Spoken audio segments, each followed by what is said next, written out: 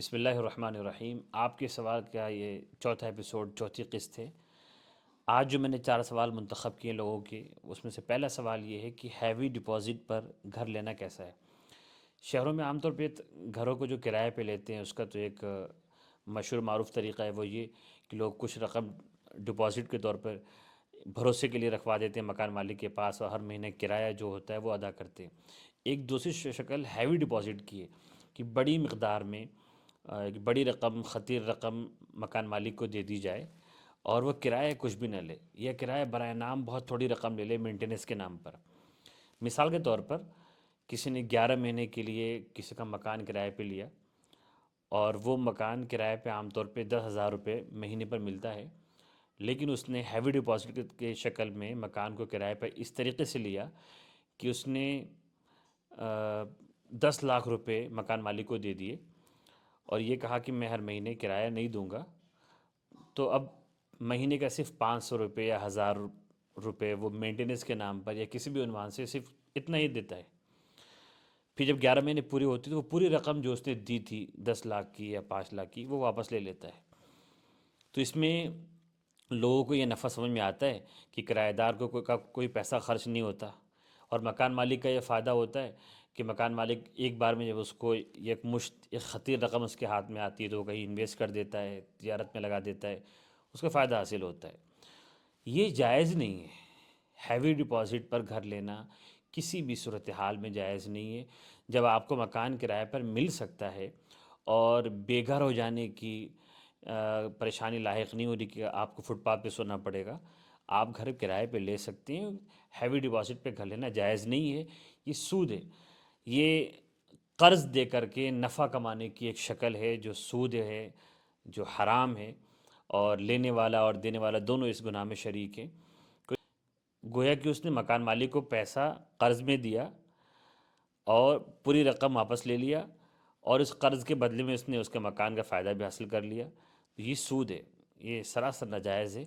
دوسرا سوال یہ ہے کہ ویگ لگانا کیسا ہے، یعنی بہت سے لوگوں کے بال کم عمری میں ہی جھڑ جاتے ہیں، تو لوگ کوئی نیا بال لگواتے ہیں، ویگ لگاتے ہیں، تو یہ جائز ہے یا ناجائز؟ ویگ لگانا جائز ہے، الگ سے بالوں کو ایڈ کرانا اپنے سر پر یہ جائز ہے۔ مصنوعی بال لگوانا بشرطی کہ وہ بال کسی دوسرے انسان کا نہ ہو، کسی کا بھی، زندہ یا مردہ کسی بھی انسان کا، اور ایسی ناپاک جانور خنزیر، سور کا بھی وہ بال نہ ہو۔ ان کے علاوہ اگر کوئی اور بال مشین سے بنایا ہوا گیا ہے یا کسی اور جانور کا بال ہے تو پھر اس کو لگانا جائز ہے۔ دوسری شرط یہ کہ دھوکہ دینا مقصود نہ ہو، یعنی کوئی آدمی اپنی عمر کو چھپانا نہ چاہتا ہو، یا یہ کہ کسی کو اپنی شکل بدل کر دھوکہ دینا چاہتا ہے، تو پھر اس صورت میں جائز نہیں ہوگا، کیونکہ بہت سے مرتبہ ایسا ہوتا ہے انسان شکل بدل کر کے بہروپیہ بن کر کے دھوکہ دینا چاہتا ہے خود کو چھپانے کے خاطر۔ تو ان دو شرطوں کے ساتھ کہ دھوکہ دینا مقصود نہ ہو، اور کسی دوسری انسان، مرد یا عورت، اور سور کا بال نہ ہو جو ناپاک جانور ہے، تو پھر ویگ کا استعمال جائز ہے۔ اور بہت سے مرتبہ لوگ بال میں بال جوڑتے ہیں، بال کو بڑھا دکھانے کے لیے بہت سے عورتیں کرتی ہیں، یا بال کو گھنا دکھانے کے لیے۔ تو اگر کسی دوسری انسان کا جوڑا ہے، جیسا کہ پہلے قدیم زمانے میں اس کا رواج رہا ہے، تو یہ حدیث شریف میں اس کی صاف ممانعت ہے۔ اللہ کے رسول صلی اللہ علیہ وسلم نے ارشاد فرمایا کہ لعن اللہ الواصلہ والمستوصلہ، بال کو دوسری انسان کا بال جڑوانے والی عورت دونوں گنہگار ہیں، اللہ کی لعنت ان کے اوپر ہے۔ تو اگر کسی انسان کا بال نہیں ہے اور خنزیر کا بال نہیں ہے تو اس کو لگانا جائز ہے۔ تیسرا سوال بہت عام سا کہ لوور پہننا، جو لوور ٹریک پینٹ پہنی جاتی ہے، اور ٹی شرٹ پہننا کیسا ہے شریعت میں؟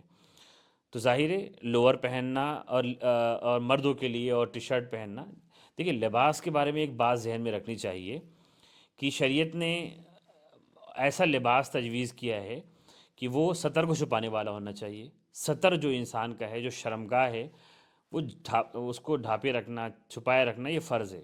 مرد کے لیے ناف سے لے کر گھٹنے تک، مرد کی بات کر رہا ہوں، یہ ہمیشہ چھپا رہنا چاہیے، اس پہ کسی کی نظر نہ پڑے، یہ چھپانے والے لباس ہو۔ دوسرے وہ لباس ایسا ہو جس سے گھمنڈ ظاہر نہ ہوتا ہو، جیسے ٹخنے کو چھپانا مرد کے لیے، چاہے وہ شال اوڑھ کر ہو، چاہے وہ پینٹ کے ذریعے ہو، پاجامے کے ذریعے ہو، جبے کے ذریعے ہو، ٹخنا چھپانا یہ حرام ہے ہر حال میں۔ ایسے کوئی آدمی لباس ایسا پہن رہا ہے جس سے لوگوں میں دکھاوا اور غرور اور دوسروں کمزوروں کو گرانا مقصود ہے، تو گھمنڈ کا لباس یا ٹخنے کو چھپانے والا لباس جائز نہیں ہے۔ تیسری، لباس ایسا ہونا چاہیے جس سے جسم شرمگاہ کی ساخت نظر نہ آئے، اس کی سائز یعنی اتنا ٹائٹ نہ ہو، ڈھیلا ڈالا لباس ہونا چاہیے، تو پھر جائز ہے۔ لوور ظاہر ہے ڈھیلا لباس ہے، جائز ہے، اسے ناجائز کہنے کی کوئی وجہ نہیں ہے، لیکن لوور اگرچہ پہننا جائز ہے، ٹی شرٹ پہننا بھی جائز ہے، لیکن یہ پسند نہیں کیا جاتا۔ بہت سی چیزیں ایسی ہوتی جائز ہوتی ہیں لیکن محبوب نہیں ہوتی۔ ایسے بہت سی مثال آپ کو شریعت میں ملیں گی، لہٰذا جو لوگ حفاظ ہیں، حفظ قرآن کرنے والے بچے ہیں، جو عالم ہیں، ان کے لیے لوور پہننا بالکل مناسب نہیں ہے، کیونکہ پاجامے کے رہتے ہوئے لوور جو ہے وہ ان لوگوں کا لباس ہے جو دین سے جڑے ہوئے نہیں ہیں، دینداروں کا لباس نہیں ہے۔ اس لیے جو لباس جائز بھی ہو اور دینداروں کا بھی ہو اور کسی دوسری تہذیب کا اس میں کوئی اثر نہ ہو، وہ زیادہ پسندیدہ ہے۔ اس لیے لوور پہننا اگرچہ جائز ہے، اس میں حرام ہونے کی کوئی وجہ نہیں ہے بظاہر، لیکن وہ پسندیدہ لباس نہیں ہے۔ کوئی پہنے تو اس کو ملامت نہیں کی جائے گی، اس کو برا بھلا نہیں کہا جائے گا۔ ٹی شرٹ پہننا بھی جائز ہے، اور نماز میں ٹی شرٹ پہننا اس وقت جائز ہوگا جب اس کی کوہنی چھپی ہوئی ہو۔ اگر ہاف آستین والی ٹی شرٹ ہے تو وہ مکروہ ہے نماز پڑھنا اس میں۔ یہ جوابات لمبے ہو گئے، اس لیے آج کی اس قسط میں انہی سوالوں پر اکتفا کرتا ہوں۔ السلام علیکم ورحمۃ اللہ وبرکاتہ۔